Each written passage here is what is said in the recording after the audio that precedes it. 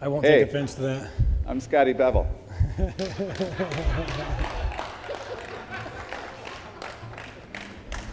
I didn't bring my khakis or I'd be Christopher. The best I could find, Scotty. Yeah, don't take it off. I've got headgear goes with that. We'll just leave it right here. Nice. Hey, are you in the right room? Cool. So we're going to talk about the chaos of leadership and the leadership of chaos. Let me ask you a question. On a scale of 1 to 10, how much do you love your reality? On a scale of 1 to 10. How many of you are 10? 9? 8? 7? 6? Everybody 6 and below, you're in the right room for sure. And the 7, 8, and 9s, we're going to tell you how we get to 10. Our way to 10 may not work for you. But I'd say on stage here are two people who love their reality. And it's because we understand the difference between subjective and objective reality. So it's my pleasure to introduce Scotty Bevill, and I met a number of years ago. And he said, man, Christopher, I like your 3 words, intention, awareness, and confront, but I like my 3 words better, integration, awareness, and contribution. And I said, oh, that's very nice. I like those words too. And so we've had a relationship now for a number of years and words. You know, I think the thing that I most love about Scotty is his dedication to living wide, to making a contribution, to integrating his life in everything he does so that it has amazing harmony, and his dedication to studying, teaching, promoting, questioning leadership. So I'm really honored to spend this time with him. Scotty? Yeah, thanks. I'll add to that. In 2009, I ran into Christopher, and I'm not a trust-first guy, and I believe trust is given. So I said, people say trust is earned. We've all heard trust is earned. And one of the things that we talk about is that if we don't give trust, then we expect people to earn trust, and I haven't done anything in my contribution to warrant your earning of my trust. It becomes an obligatory relationship. So I met Christopher. I was focused on the professional development of everyone. Doesn't matter if it's a not-for-profit organization, a small business, a large corporation, leaders who think they have it all figured out, all these individuals. And then Christopher came in, and I saw this intention, awareness, and confront mantra. And it was very personal. It was very selfish. It was very one. And Christopher redefined selfish for me. He also redefined retired. I appreciate that one. Years ago, he said, about a year ago actually, he said, well, it sounds like you're retired. And I said, help me understand. He said, well, you get up every day and you do exactly what you want. And some of the things I want make me money. Some of the things I want don't make me money.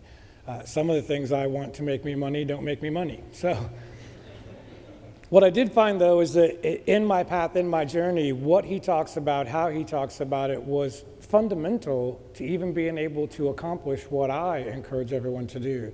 So we talk about integrated living and contribution. We are always contribution. You're all contributing right now to us. Otherwise, these fine people wouldn't want to take our picture. So we're always contributing. So for me, it came back to awareness. Am I aware of my contribution? Then there was the big discussion that said, well, maybe I'm contributing to the solution versus the problem. And then the solution became subjective. Well, what's right? What's wrong? Christopher's work had an answer for that as well, or at least a response. And when we talked about right and wrong, we said, well, do we agree? And fundamentally, it came back to agreements. And so we started with vocabulary to agreements. Over time, there's now this very cyclic, almost tornadic type relationship between all of this, where I can find myself in contribution becoming aware. I can be in an integration state and find a disintegration behavior. And so I hope today when you guys leave that you at least have an idea with these words how to question yourself and who you are. And those of you senior leaders in the crowd, please pay attention, because we use these to question you guys, and you don't always like that. And we'd like you to kind of relax on that a little, because what will change for you truly is everything. One of my favorite statements that we said was our ability to confront. And Christopher said, confront what? And I didn't have an answer. And he said, confront anything. And this gives us the ability to navigate the seemingly innavigable. So these are our words we'll go through today. Hopefully you hear those references, and I'm glad you guys are here. Cool. Yeah, so here's our plan. Our plan is that Scotty and I are going to explain our words to you. That might take 15 or 20 minutes unless we get really wound up. And then we're going to ask you what else you want to know or talk about for the rest of the time. So here we go. I received the greatest honor recently that I could imagine for my 25 years of work with the responsibility process. And if you're unfamiliar with that, you'll see this pop up on the screen from time to time, and I have copies of this poster for everybody in the room. I've been working with the responsibility process for about 25 years, and it's the most powerful information I know and have to share because it explains what happens in our minds and our brains when things go wrong. And how many times a day do things go wrong for you? Right? Lots, right? And so I was doing a seminar, and the senior leader came up to me at the end of it, and he said, "What I like about this material is that you don't say it's easy." And I said, "Well, tell me more." And he said, "Well, most leadership experts have a 1, 2, 3 linear, do these steps formula, and you'll be a leader." He says, and you don't say that. What you say is, you will face trial after trial after trial, anxiety after anxiety after anxiety, and here's a set of tools that you can use to fashion clarity and order out of chaos. So our world is not getting any less chaotic, which means leadership is never going to be linear. So I'm going to introduce you. We're going to try this. I'm going to introduce you to Scotty's words, and Scotty's going to introduce you to my words, and then we each get a chance to fill in whatever's left out. So let me start with integration. If you want to challenge yourself about this word integration, I would ask you this. How many of you have parts of your life that you keep separate from the other parts? How many of you have parts that challenge the other parts in terms of the integrity and the ethics and the values and who you want to be when you're in that role? So integration, for me, is the principle of demanding that I integrate every part of my life, and if I can't integrate it, I don't go there, I don't do that. I want to be the same person in all of my roles wherever I am, whether I'm here on stage or whether I'm saying I love you to my wife on the phone afterwards, or how did your day go at school with one of my kids. What you may not know about me is that in my teens and 20s, I didn't like some of my behavior. In fact, I was really disgusted with some of my behavior, but I didn't know how to change it. It was embedded pretty deep. And so I went on a search for integrity, being whole. And that's what led me to the responsibility process. So the relationship between responsibility and integration is that by practicing responsibility every day, and responsibility is not who I am, it's not my character, it's what I practice, and I practice every day when things go wrong. By taking ownership of my reality, I'm constantly integrating the objective, the out there reality with the subjective, the internal reality, until I get closer and closer and closer and closer to being a 10 on the I love my reality scale. So that's what integration means to me. And when Scotty says integration is one of his words, I think what you mean is you want to be whole, you want to be in harmony with all the parts of you and with your environment. Accurate? That's close enough? It's very accurate. And cool. Awareness. Awareness, if you're not familiar with this, is the #1 leading component of any leadership development program for the last 5 or 6 decades. Self-awareness. Well, why? Well, I'll tell you why I think. That is that leadership starts with self-leadership. I'm kind of tired of leadership as influence, because how many leaders do you know that influence in ways that just feel horribly wrong to you? Lots? Yeah. So I'm on a kick to say, you know what? Leadership is responsibility, and that starts with who I am, what I stand for. Do I know myself? Can I predict my behavior in situations? Do I know how to get out of chaos? And you know, if you get your values straight, your purpose straight, your beliefs straight, what you stand for straight, if you decide to play a huge game so that you need lots of partners to help you and there's room to play this big collaborative game, then you would not be surprised to look around and see people who want to follow you or be your peer. So awareness means becoming ever more aware of our internal reality in the relationship to our external reality. And if that sounds like fuzzy, foo-foo stuff, it's not. It's the core of leadership of any type. Close enough, Scotty? I imagine you'll have some things to add. So Scotty's contribution. Well, this is sort of why we're here, isn't it? All right. We want to know how we're either contributing to the solution, or part of self-awareness is also understanding if we're contributing to the what? To the problem. One of the things the responsibility process has taught me is that you and I and the people that we work with and the people we coach spend a huge amount of time and energy contributing to the problem as opposed to the solution. And they don't even know it. They're not aware. And part of what we're trying to do with the responsibility process is bring that awareness forward so we can stop the wasted thought and the wasted action of contributing to the problem and start contributing to the solution. So I'll stop there and let you explain my words. Yeah, well, I'll start with intention. I think I'm standing next to it. When I ran into this in 2009, and he talked about the 3 keys, intention, awareness, confront are the 3 keys to responsibility in Christopher's context. And it asked me, and I said, well, what are my motives? And there's a distinction between intention and my motives. My motives are why I do something. My intentions are what I intend to do. And so my intentions got wider and wider and wider, where I intended to go to the store. And now I'm intending to live differently. I'm intending to wake up tomorrow and do something for me, to contribute to myself. And so intention became, for Christopher, his phrase to me was, I have an intention to operate from responsibility and power in everything I do. And that got really wide for me, and I thought, oh my God, I'm never going to live up to myself.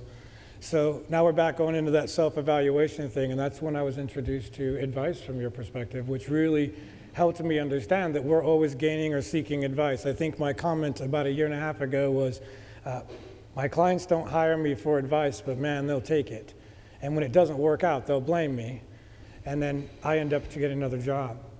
And so intention for me was what? Intention was to operate from this mindset. For me, my intention was to contribute every day to someone else.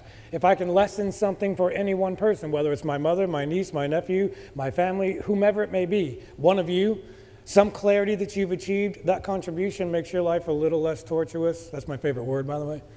But a little less tortuous, a little less infringing from other people. And then Christopher said, well, from intention, now that I have intention prior to my action, I want to be aware. And he came to awareness, and I said, wait a minute, we have 6 words.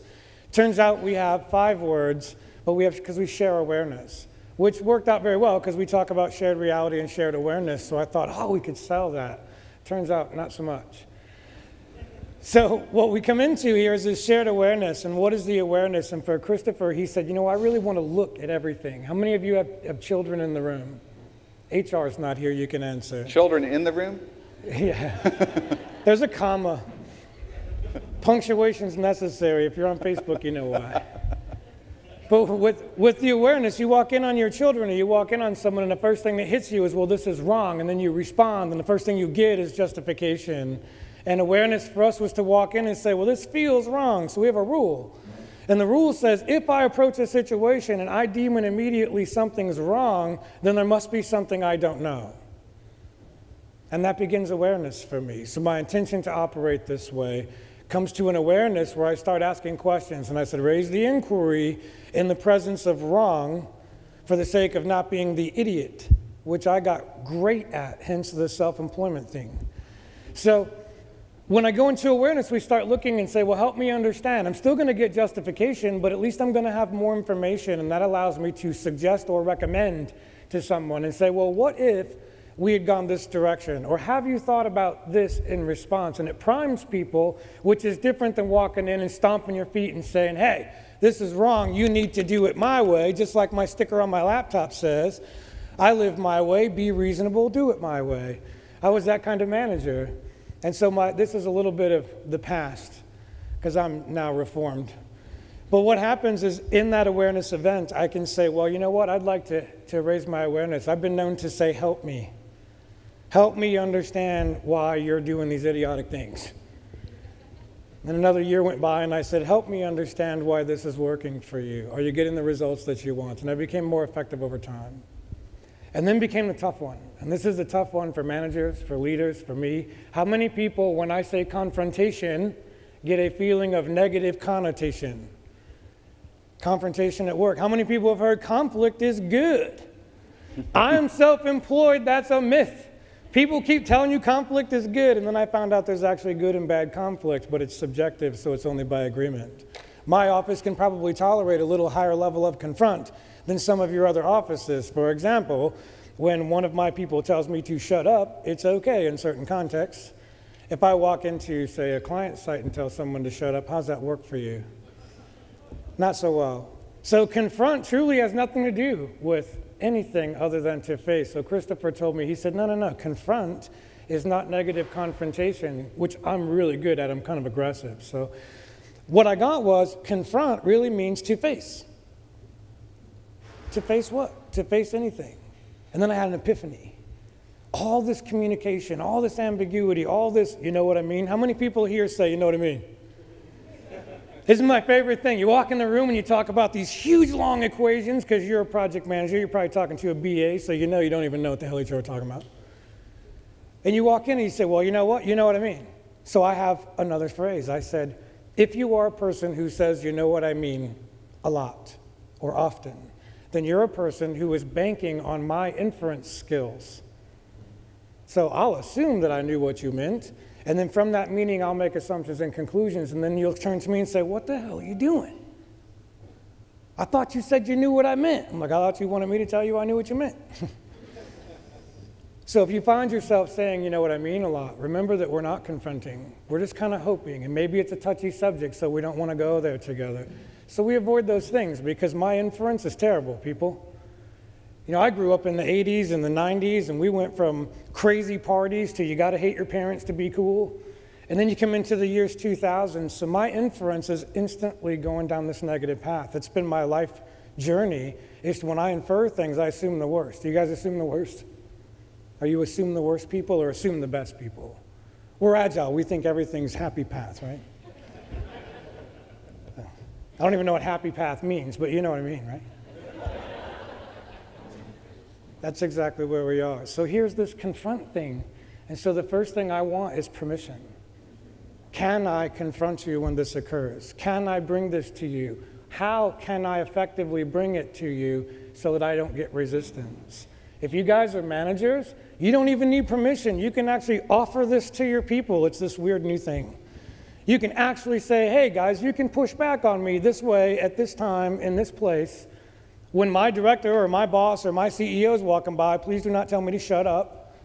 But if we're behind closed doors in a war room, that's why they're called war rooms. How many of you guys have dedicated spaces for your teams? Do you think that HR is allowed in those spaces while you work? I would say the most effective teams would like it if HR did not come in that room while we work, because we have a much higher confront than the company's norms. And so as a result, we get to different maturities of confront. And this has been a real big struggle for me because my confront's really high. The hell are you doing? You're wrong. Why are you doing it this way? Do it my way. And I came from this very command and control space. Now, how do you confront without antagonizing? And so that kind of brought me to a new one. So about the last few years, I've been walking around Christopher, asking him a bunch of questions. This way, if anybody says anything, I say, well, Christopher said. This way, if I'm wrong, I can blame him. Then responsibility starts all over, and I pay another $100. So this is where we come into intention, awareness, confront on my personal growth, my personal accountability, not your ability to hold me to account, Mr. Manager, but this is my personal growth.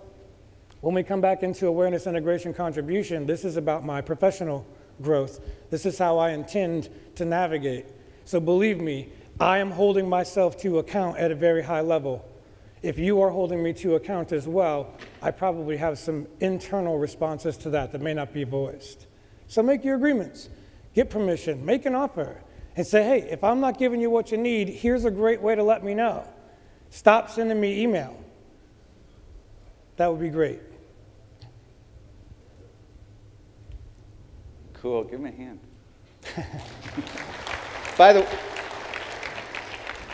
By the way, I meant to tell you 20 minutes ago that if you came here for 3 tips about how to do something right, you're not going to get them.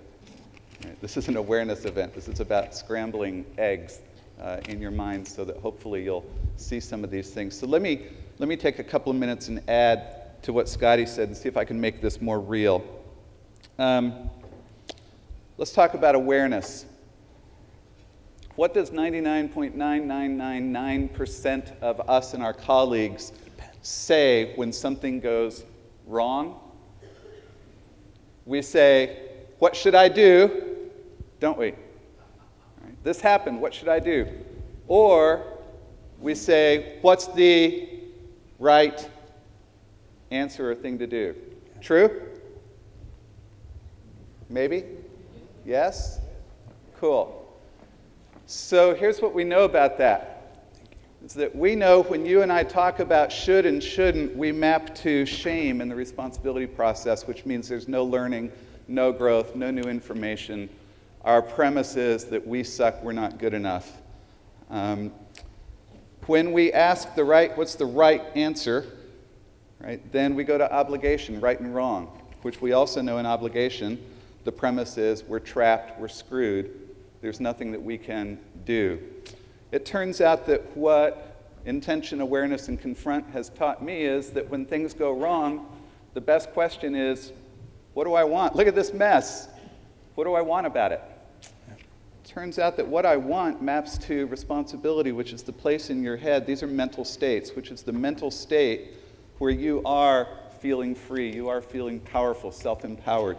You are feeling like you're an agent in generating choices and action to move things forward.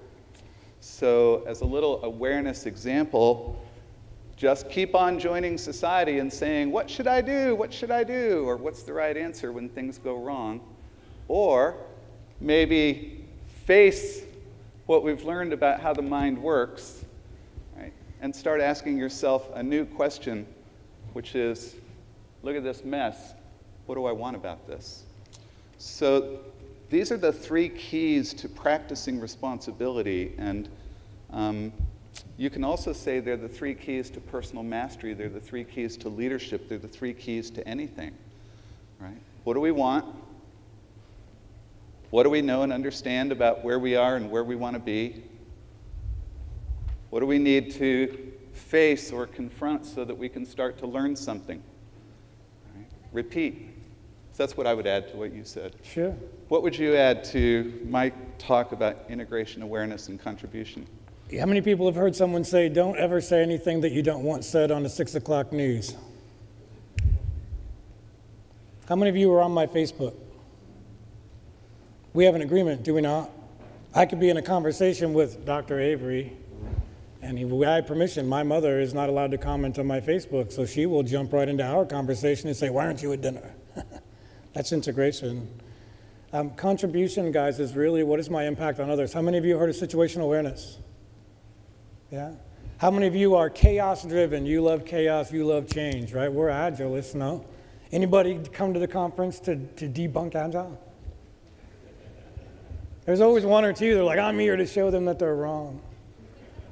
I love those. And one of the things that we've been talking about and jostling around in my office is about that chaos to order, that trust in the universe, the trust in the flow, trust, everything's a wavelength. Whether it's broadband or baseband, it's just a wavelength. And so what are my wavelengths? When am I up? When am I down? How many think that their spouse has about a 4-day cycle? But every 4 days, the world ends, and then it's this. Well, the beautiful thing about predictable people is they're controllable.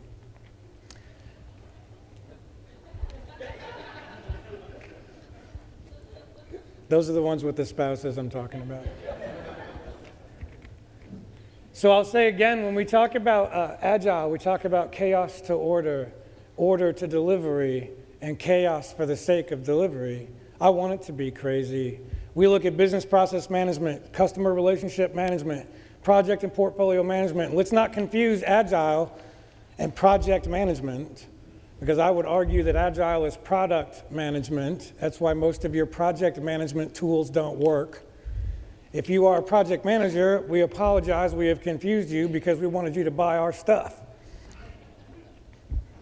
The reality is, folks, that Agile is and only ever has been product development. You will find many, many, many skills and techniques, but guess what happens in product visioning? How many people have a customer that isn't really your customer? They're the business representative of your customer. How much of this do you think they could benefit from? How aware are you of our actual customers' use? I'm a customer. I got an opinion about this damn thing about every 10 minutes. So when we have these customer feedback, how many times do you think you're the developer for this business unit representative customer, and in fact, you're the real customer because, well, I work at Apple and I have this phone. So as a developer, as a customer, can I be clear? And user stories help with that clarity, yeah? As a customer, I know I'm the developer, but as a customer, here's what I want. So when we look at product management and the chaos to order, order to delivery, delivery to chaos, there's no delivery bridge. There's no, well, we've delivered, now it becomes chaos. How many of you know that no good plan ever survives first contact with a customer? So our customers are a source of our innovation. Innovation says you don't know what you don't know. So it's their generation of our chaos. So I don't want to be the chaos. So all you developers keep telling your bosses that they don't know what the hell they're doing, please stop. Don't be the source of the chaos. Be the guy that knows how to navigate the chaos, because I know which questions to ask. I know what behaviors to have. I'm cognizant of my behaviors. I know my relationships. I know my communications. Now I can factor in the culture, more chaos. But I have a way now. I have this forest through the trees that I can walk through. You guys can even like manufacture these at Home Depot, I promise. You can go to work and say, boss, I need to talk. Because I'm not sure that we're on the same page. And I'd really like it if you let me have long hair in the office, because if you keep asking me about it, I'll make it spiritual. Now you can't talk about it. And I'm willing to hang out here until we talk about this. Absolutely. And that becomes the entire cycle that will go from order to, chaos to order, order to delivery. Delivery in and of itself generates chaos. And without chaos, there is no change. Right, finance guy? Finance people walk a straight and narrow line. That's why they struggle trying to budget us. Just throw money at us. We have no problems with that. We're agile people. Unlimited budgets, variable scope, fixed time. Leave me the hell alone. That's our game. So I hope you guys see this cycle and you see this life cycle, and I hope that you start to ask those questions. And if you don't have anything to go in addition, I'd like to know the questions of application and mastery. So what questions do you have? It's our intention to make more of a contribution to you by having a dialogue with you about this subject. What I'm willing to say is that we're willing to face anything you got. So question over here. Can you be real loud? Stand up? Yeah, sure. Thank you. I'm an old guy, so I don't hear well, so. Okay. So one thing I've intentionally been learning about is personality, more about how to be more effective with interacting with my teams is first understanding their personality and how they best communicate, and so I can be more effective with communicating with them. And I like the line that you said around you want to know, I'm not getting you what you need, here's a good way to let me know, right? So I really like that line. Sure. And that's kind of in that spirit of that. And so I'm wondering, in this theme of responsibility, what do you view as a leader's responsibility in understanding each of their, the folks that they lead, their personality to be the most effective that they can be? Do you have a favorite person you want to get an answer from? You mean between the two of you? Yeah. No, I'd love to hear both of your perspectives. So first of all, I applaud your intention to know and understand your people. That's awareness, yes? And willingness to confront the fact that people are different. So here's what I'll say about that. I think that all the understanding of personality stuff is really fabulous. To me, it's secondary to something else in leadership. So, you know, it gets to be a point that if you are actually the leader of enough people, you may not be able to know them one-on-one. So I started my practice of leadership coaching and consulting in 1991. My job was to figure out how to teach software project leaders in one of the largest companies in the world how to build teams. And I decided to hang it on the notion of shared responsibility. Right? So how many of you are in this position? You share responsibility with somebody else to get something done, but you're not in charge of them, they're not in charge of you, but what you get done depends on what you do together, including your deliverable, your productivity, your credibility, your reputation, eventually your paycheck. How many of you are in that situation of shared responsibility with others? Yes, so this is completely counter to all of the models we have in our head from the last 5,000 years about how to organize work, right? We depend on single point accountability. And yet we're all in this position of shared responsibility.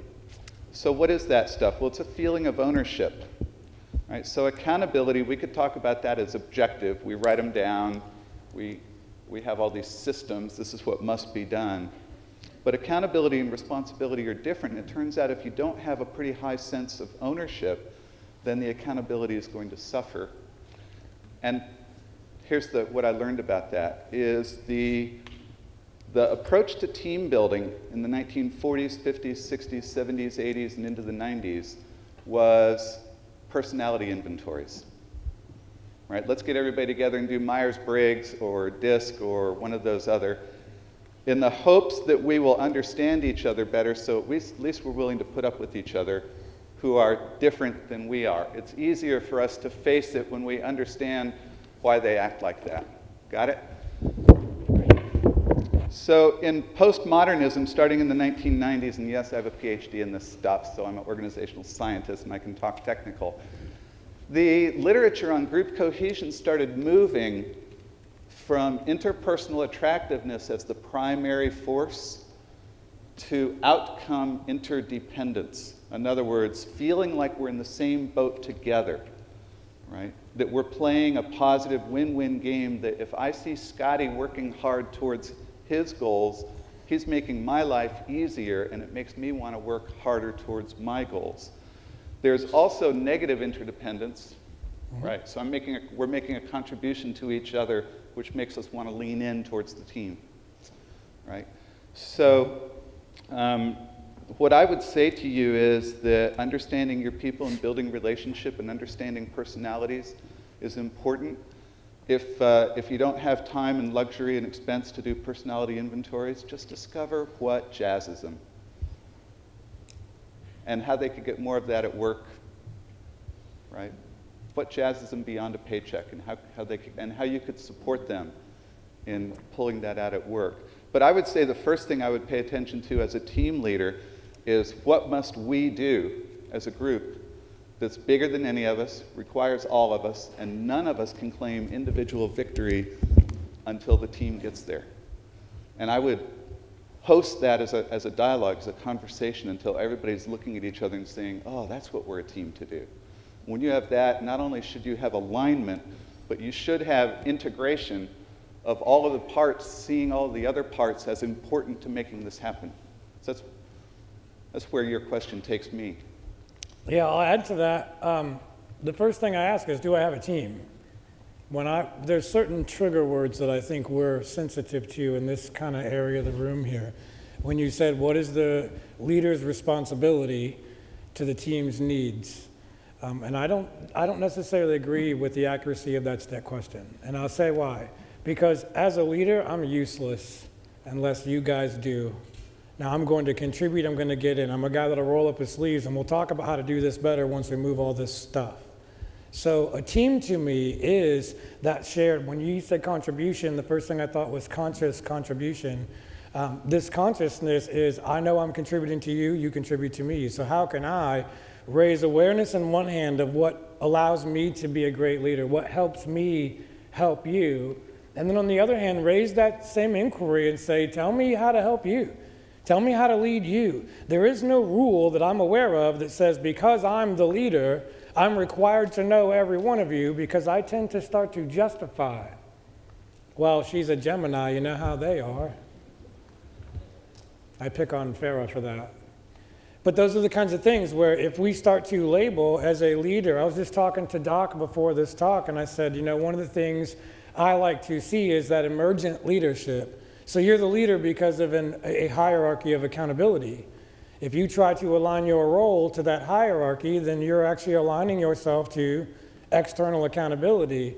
I'm not sure you're going to find the success you look for. So your awareness of the organization. Now, we've agreed to the dress code. We agreed to work here. We agreed to assume this position. How best can I facilitate the office that I've been awarded or that I've been appointed to? And that's going to come from that inquiry.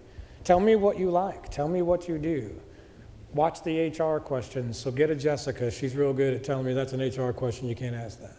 But ask them and say, what helps you guys do this? Do you work better this way? What do you need? Are you in an impediment removal business? Yeah. So what's the best way to win a team? Get stuff out of their way. Look what we did. This stuff, now you can do what you need to do. By the way, do you guys want to know what I need? What I want? So defining what you want, understanding what they want based on their input, not based on their label, not based on their test scores, not based on their evaluation, based on the words of their mouth. Everyone, I love this story. Oh, software developers are type B. You ever work with them? That's not true. They just don't talk to us. But if you get in their circle, they'll tell you exactly what they're thinking. They'll tell you exactly why you're wrong, and then prove it to you, and then replace you with a shell script. Now you have no job. So I would argue, first question, do I have a team? Are we consciously contributing to one another? Can we? Are we in a position to do that? And you keep that in your team. You don't want to go to your boss and say, well, I'm kind of useless, so I'm going to let them tell me how to be a leader. But you can go to your team and say, guys, tell me how to best represent what we're trying to accomplish here. And we go back to, I saw a couple of heads over here, that we're in product development. We're in product management. How best manage the product? Well, I got relationships, behaviors, and communications with my product. How many people have thrown their phone across a room before and then immediately regretted it because you know what you paid for the damn thing? That relationship is the same thing. So being cognizant of your product, being cognizant of your team, and I'd say you ask the question, your team's in pretty good hands already. So keep raising that inquiry and go back to your team and ask them, can we make an agreement and work together? And when you become conscious in contribution, you're going to find that we have a much higher tolerance for who you are. Maybe team members start growing their hair out. I'm really trying to get all of you to have long hair so I can stop hearing about it. Hey, Scotty, I think I'm going to interrupt you in a second because I want to recommend there's an ebook you can download from my website from the resources section, which it's I think the next slide. Is the next slide. Yeah. It's the one on that side, the 5 flawless steps to building a strong executive leadership team. Has nothing to do with leadership team. So it's the same 5 steps to build any kind of team, and it's what I talked about. The first step is, what are we a team to do? Yeah. The second step is, what's in it for you and what's in it for me? What are our interests? What are our passions? Why are we here? Third step is simply keep operating agreements, which you probably know pretty well. Those are the big 3. I've been following that framework for more than 20 years and taught it to thousands and thousands of technical professionals, and I get emails all the time from people saying it's magic. It's a repeatable framework that just works for building teams. Well, why? Because it focuses on the team as the unit rather than on the individuals as units. Right? So what we're trying to do is to get everybody in the group to feel the team as a unit, obviously. And Agilists do it best in terms of all over the world. So if you struggle with team leadership, team building, I'd recommend that to you. Other question? Next question. There's a hand back there. Can we get a microphone there? Tony's running with the microphone. Tony Piazza, ladies and gentlemen. Would you stand up, please?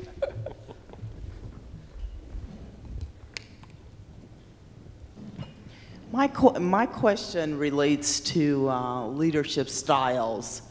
I've basically seen a common thread with the leadership, the whole concept of leadership, but I'm a consultant and I go into different companies, different industries. The question relates to the silos and the different leadership styles. IT leadership seems to have their own unique style. Legal has their own unique style. Can you just kind of speak to that and how you kind of approach the different silos of leadership styles? First thing that comes to my mind is conditioning. I struggle with the leadership style of IT because I'm an IT leader, and if you can see me coming, bravo. Because I walk in looking like this, and I just took leather off in the parking lot. So I would argue, I use the whole cow, be nice. But no, when you say leadership styles, I've seen different quadrants. We talked about just last night about L1, L2, L3, where there's everything from capability. Christopher has a different spin that I appreciate very much. And you say, what kind of a leader are you? Am I value-driven? Am I purpose-driven? Am I aligned? Back to integration. Integration, folks, is a facilitator of alignment for me.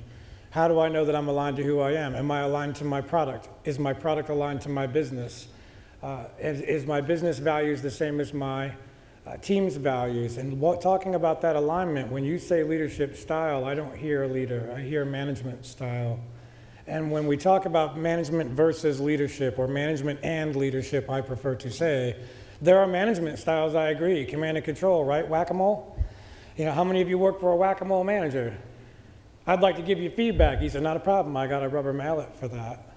But when I hear management style disguised as leadership, because I believe leadership is a personal thing, not an accountability thing. And so I would ask that for clarity in the fact that, are we talking about management styles? And if we are we talking about culture? Because if we're talking about culture, folks, we're not talking about wrong, we're talking about an agreement. I agreed to join the United States military. It did not work out very well for me. I didn't really, you have a problem with authority. I said, you assume I gave you authority. Then they pulled out my contract and went, you see this, buddy? I said, yes, sir. I got a medal a couple of years later. But that required conformity. So when you say management, I say agreement. Have I agreed to be managed? If you say leadership style, what is a leadership style? Is that person self-aware? I'm pretty staunch in my leadership definition. And so I'd have more questions about that in particular. IT leadership, how many IT leaders in here? How many non-IT leaders in here? How many people know that they're management and not leadership? Yeah, there's the ambiguity, there's the confusion. I would argue there's a handful of managers in here. I'd also argue that you can't lead without management. You manage all the time, don't you? Developers manage their sprint backlog. Product owners manage their product backlog if you pay them extra money and beg them and drag them in. So to be more succinct with you, though, when I heard leadership style, what I actually hear is management style. And if I've agreed to be managed, then your style will be dictated to me. If you're a leader, then we're talking about bi-directional communication. I can give you feedback. And if we don't have that feedback, then we're not talking about leadership anymore. Christopher, last night you mentioned an individual and his leadership, and I talked about the 4 quadrants of L1 to L4 leadership, but you had a spin that I think was helpful in how they talked about an axis, right? Right. Because at the end of the day, we're consultants. You want a graph for it? But what was that axis that you were talking about? Sure. I'll explain that. And let me say to you, and your question is, as I'm sitting here listening to Scotty and thinking about whether I have anything to add, I think maybe your question would be better asked to those leaders in order to capture their attention and build their awareness. So to me, position power doesn't imply that they're demonstrating any leadership. So I'll probably echo Scotty's comment there about management versus leadership. But in terms of this, boy, this is very personal.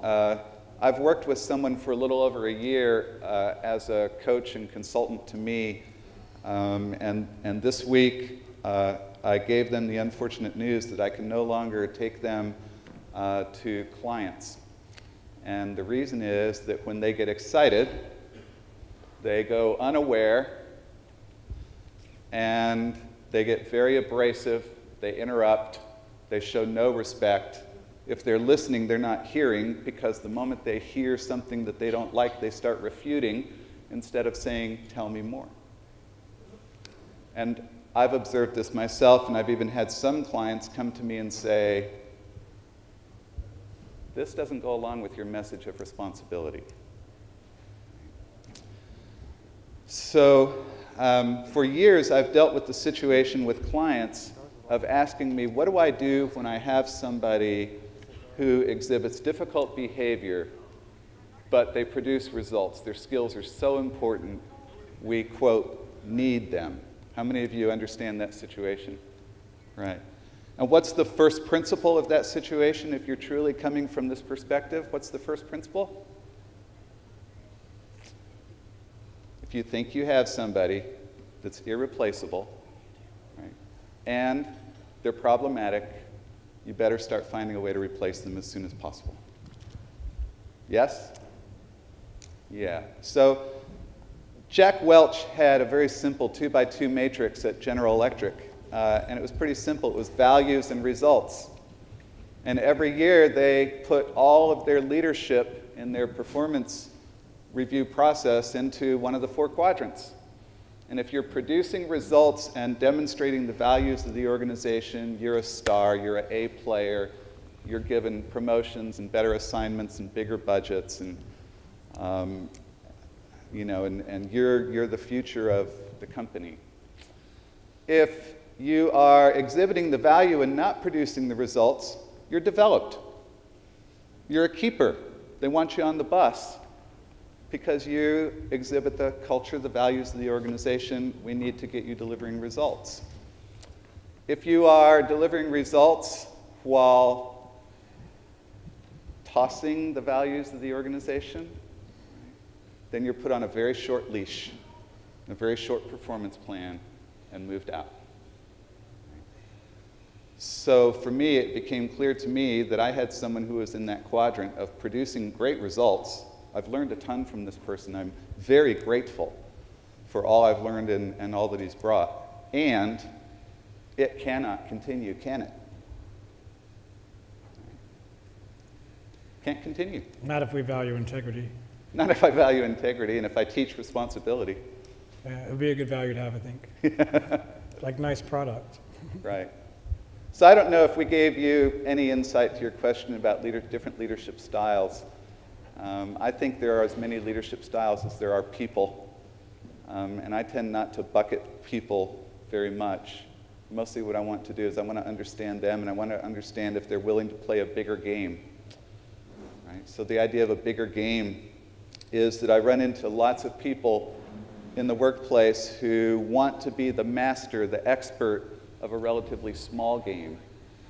And they want to protect it from everybody else, so they're constantly fighting battles to protect the space. And the mistake that I see them making in terms of awareness is that they're all alone, and no wonder they have to fight because they're so alone. And what I've learned is, if you can play a bigger game, if you can figure out how to serve your peer leaders or peer managers, if you can figure out how to serve all of them and all the suppliers and all the customers and all the employees, right, then what happens is that you attract more partners to you to help you accomplish your purpose. And I'm a walking guinea pig for this. About 6 or 7 years ago, I set out to essentially teach the world about the responsibility process. Nobody authorized me to do this but me. And nobody gave me a plan to how to get it done. I simply have this huge vision that I see the responsibility process in every office, every classroom, every church, every home in the world. And in the last 6 years, people have stepped up on a translation process the translation project, that this is translated into 22 languages now, including Klingon. So if you go to ChristopherAvery.com/poster, you can download a PDF of this, and it has the teaching points on the back, which are up here. Some of them are up here now.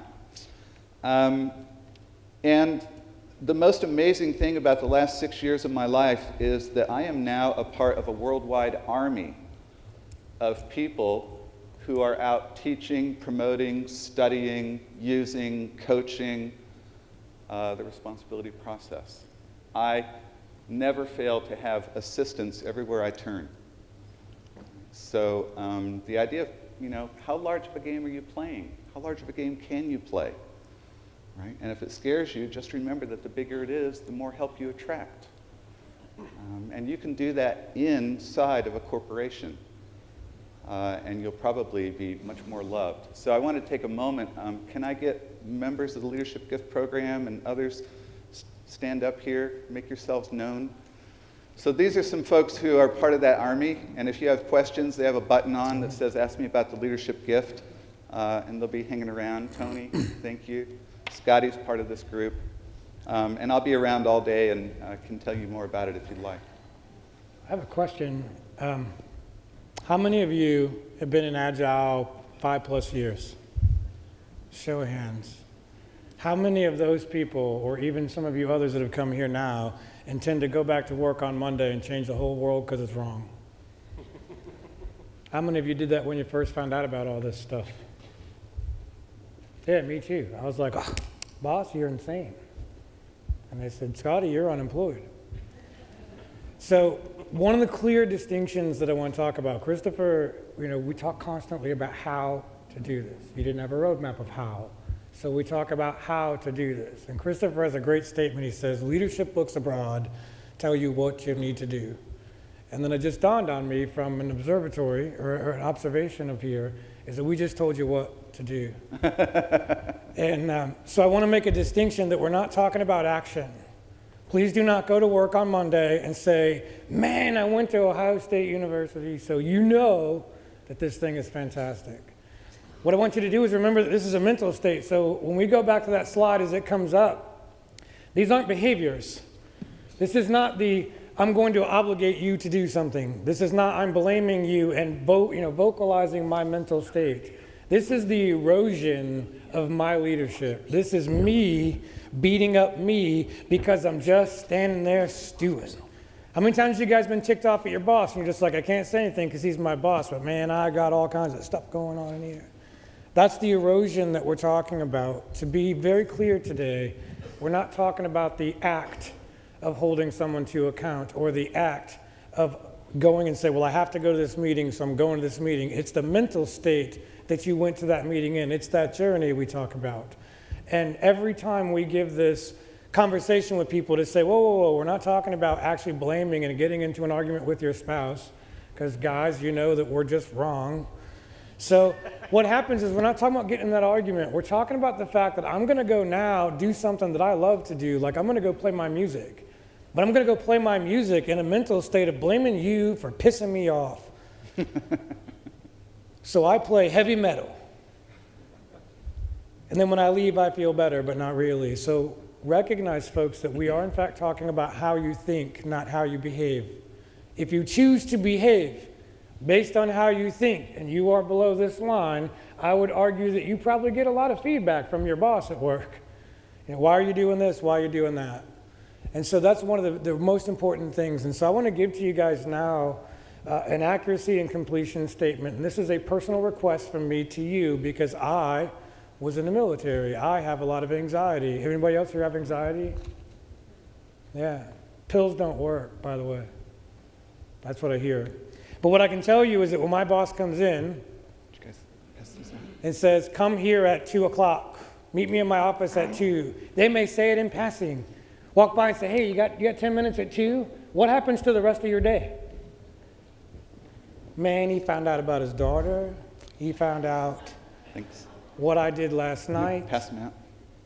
And all of a sudden, I'm in this position to where my anxiety is all flared up because I am mentally going to blame myself for everything I think he found out about. No other reason for the boss to talk to me. I go down to his office, I walk in there, and I said, look, I know exactly what you're going to say. And they always get that weird smile like, really? Go ahead. And what I found out was he was actually going to tell me about the raise that came through or that, hey, your project got approved. And I'm not allowing this individual to deliver good news because of their positional authority. So managers, please, please, please, and thank you for being accurate. Please be complete. Say, hey, I got good news for you at 2 o'clock. Can you stop by my office? What kind of day do you have now? It's truly in your communication. So our leaders or our managers, for the lady back there, our managers are contributing to us. And believe me, if you give me a reason to beat myself up, I mastered that years ago. I'll sit around all day long until eventually I'm just completely disabled, nothing to do. Why do I care? I'm ready to quit. You see that over here. And so this mental state is our own erosion of ourselves. And yes, there are people that are contributory if we allow them. So how can I contribute to help people not be at effective me? Being complete as well as accurate. And so that's something you can actually take back Monday and say, hey boss, I want to be accurate and complete with you right now. Be careful of that one too. Get permission. How many of you have not been introduced to the responsibility process before and would like a 5-minute overview? Enough? Yeah? How many of you would be really sick if we did that because you've been introduced to it many times? Oh, good, no hands. Yeah, Christopher's got $100 for those people. So I'll walk through this really quickly. So I set out to try and understand shared responsibility 25 years ago and how to teach people how to tap into that. And so I realized it had something to do with this subjective feeling of ownership, which varies in all of us, right? You feel a sense of ownership for different things than I feel a sense of ownership for, and the people next to you. So I went in search of trying to understand, and I found tons of stuff written by success gurus and existentialists, all the way back to Socrates. And generally what they said is that the first principle of success in any endeavor is to take 100% personal what? Responsibility. Here's the problem. They didn't tell you how, just that you should. And I ran into this research program that noticed that when things go wrong, people go into these coping mechanisms. And I went back to the writings, the wisdom literature on responsibility, and it said, responsibility is about what you do, not when things are going well, not when things are going your way, but when things are going what? Wrong. They say it's not how many times you fall down, it's how many times you what? Get up. It's not about what happens to you, it's about how you respond to what happens to you. I thought, wow, this research program is onto something. The language and the psychology and of responsibility is about how we respond, literally the ability to respond. And so I joined that research team, and I've been part of that team ever since, and I've actually helped to build this, but I'm not the originator of this research. But what it says is that every time something goes wrong and you feel this anxiety, what's happening is that you have an intention, you put yourself in motion towards something. I want to enjoy this coffee, and then you bump into somebody and spill it, right? And at that moment, you're stopped from your intention, and you have a problem. And that's the source of anxiety, frustration, upset. And you now know more about anxiety and stress than most psychiatrists do, by the way. Well, I'm agile, so I'm an immovable object. So by all means, run into this. So it turns out that when that happens, the moment we're upset, our mind goes into a hyperactive search for cause and effect, and it goes right to blame, where the cause-effect logic in this mental state is that you're in the position of effect, and the cause is where? Somebody around you, probably on your contact list, probably on the short list. Right? And the premise of blame is that your problem isn't going to go away until they what? Change. Which is why it's a position of victimhood, because none of us are any good at changing other people. So we can stay in this mental state for a moment or an hour or a day or a week or a lifetime, or we can get off of it. As long as you stay there, you're going to get to keep the problem, because the problem isn't going to go away until they change. If you get off of blame, you land in justify. The difference between blame and justify is the cause-effect equation is very similar, but now instead of a person, it's a set of circumstances beyond my what? Control. And we get to stay in the problem until the circumstances what? Change. Right? This is why so many people go to the sidelines when the weather's bad, when the economy's bad, when whatever. The number one justify I get in my consulting work for corporations is, that's just the way it is around here. That's the way it is in this company, that's the way it's always been, that's the way it's always going to be. If you find yourself frequently complaining about the same thing at the proverbial water cooler or bar, you might be in justify about it, right? Because you get to stay there until you're willing to actually confront it, see the truth about what you can take action to change you so that you can change the world. When we get off of justify, what happens is this little sorting routine in our mind doing the cause-effect search, it flips the external variable and says, well, we tried external specific, external diffuse. Let's flip that external variable. Oh, I'm the dummy, I'm the dolt, I'm the stupid one. Gosh, will I never learn? Somebody shoot me. So shame is simply pointing lay blame at ourselves. Society has taught you if you do this, you're taking responsibility. Not according to our research, and the reason is, in responsibility, we are free, we're powerful, we're at choice, we know what to do to move forward. In shame, the premise is, I'm not good enough, I lack. And in fact, I deserve to have this problem because I shouldn't have stuck my neck out that way anyway. And like these others, we can stay in this position in our mind for a minute or an hour or a day or a lifetime, or we can get off of it because it's just a mental state. And when we get off of shame, we tend to graduate to obligation, and obligation is the mental state of have to, don't want to.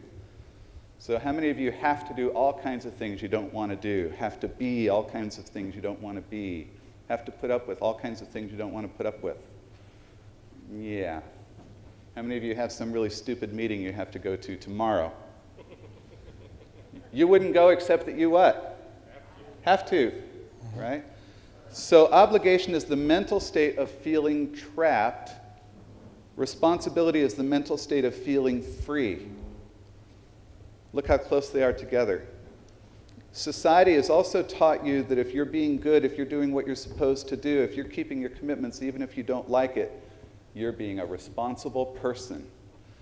But we know in the mental state of obligation, your performance is barely adequate to get a pass because you're feeling trapped and your motivation is to simply survive the trap. And you can't show up in that stupid meeting and be present and in the now and authentic because you might say the truth. What a silly, stupid meeting. Can we do something different? But that might be a little risky, so you step back. And it turns out that until we actually refuse to operate from the mental state of obligation, can we start to get to the mental state of responsibility, which is where we seem to have far more access to our complex reasoning abilities. And it's a marvelous place to operate from. So this is the responsibility process. There's a couple of other positions that you can find lots more information about. But increasingly, people around the world are seeing this as so active every day in themselves and in everybody they work with that we want to understand how to deal with this. Well, so the question is, once you understand how this works, well, how do you interact with it? Well, here's how you interact with it. Oh, look at this mess. All right. What do we want?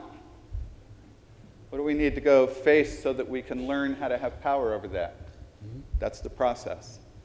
So thanks for letting me take a few minutes to walk through that. What would you add, Scotty? I'd take this under advisement, thanks. You take it under advisement. No, the note that I put here is something I wanted to make clear because sometimes we don't. And, we talk about the way to do something. What's the way? And the way, once again, assumes there was an agreement. So it's a way. This is a way to explain some extremely complex dynamics that are at play when 1,000 people work in an organization. I know one company right now that's going through a bit of change for themselves that Tony's working with. And in that organization, those guys are 30,000 employees strong.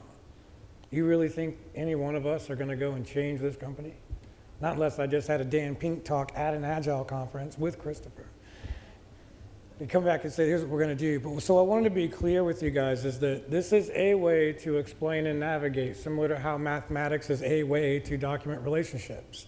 So take it for that.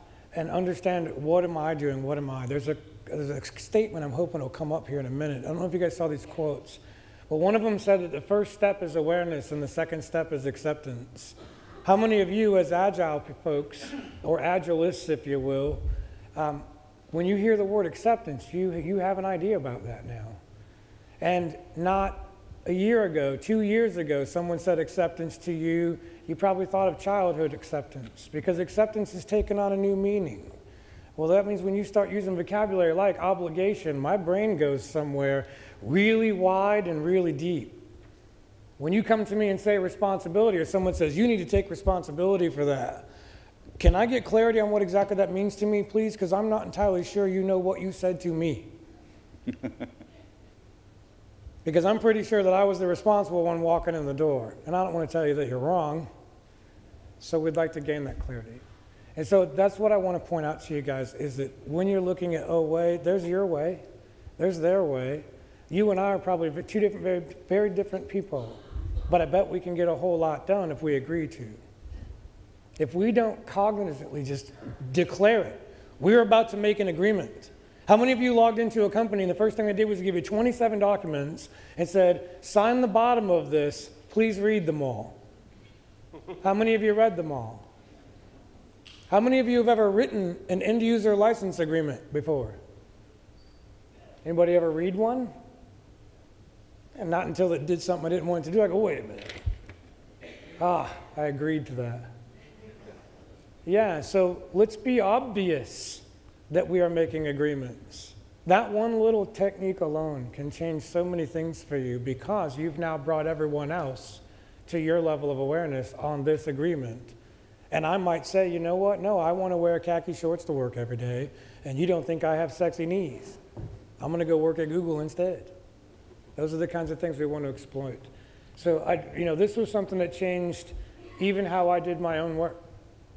I look at integration, it was all about not concerted effort, byproducts. How many of you do phased deliverables or phased-based projects or sprint deliverables, required documentation? You still trying to fight that battle? No, everybody believes Agile has no documentation.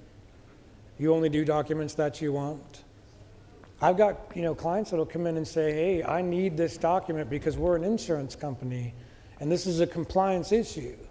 So let me ask you, can we get this document another way? Is there a way for us to make this document a byproduct of how our team works, rather than some expectation you have of the team to fill out this document they hate? Because they'd much rather go paint pictures, right? They're artists, that's what they do. So integration for me then becomes an opportunity for an event, an awareness event, an intention event, a confront event. Something I'm going to ramp up and do. Sometimes I got to get myself up a little bit before I can go confront that guy. How many of you have, this is something I'll give you, how many of you have a guy or girl at work that you walk by in the hallway and you don't really know them, but you seem to always say hey to one another, and you just call them your hey friend? On the opposite side of that pole, the same thing that I would argue creates that for you, creates this individual that you know if you bring them information, they're going to come at you pretty hard. If I give you feedback about something, are you going to just take immediate defensive responses to me? You guys work with people like that? Want a tip on how to disarm them? Tell them. Say, hey, I got some news for you, but typically when I give you news, you kind of blow up. And they go, no, I don't. Just tell me. I'm dating your daughter. You can disarm them by exploiting their behavior. That's what Agile is about. We don't fix, we exploit. You take on Scrum and Agile, now you know exactly what's wrong with your business, but we still don't have a way to fix it.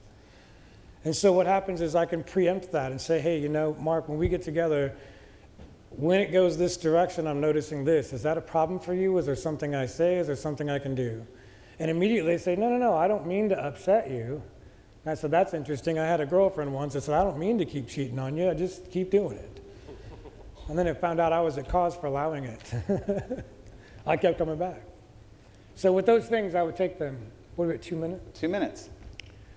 So I'll say in my last 30 seconds, I'm going to be here all day. Come give us a chat. I'm sure there's questions that are not answered. I highly recommend that you guys take a look at Christopher's work. Join us. Come talk to Joe. Come talk to Jessica. Come talk to these folks. They're like us. If you ask them a question, they'll talk. So thanks for coming. Thank you, Scotty. Thank you for being here, for allowing us to hopefully provoke some thinking a little bit. I hope something we said impinged enough to start working in your mind. If you want to know more about the Leadership Gift program, it's a leadership development program that I operate that has an online presence, so you can do it anywhere, anytime. Ask one of these folks or ask me. Check out the leadershipgift.com website. And I'll be here also all day today and at the IT Martini event tonight. And I've got $1,000 to give away. Just saying. Thank you very much.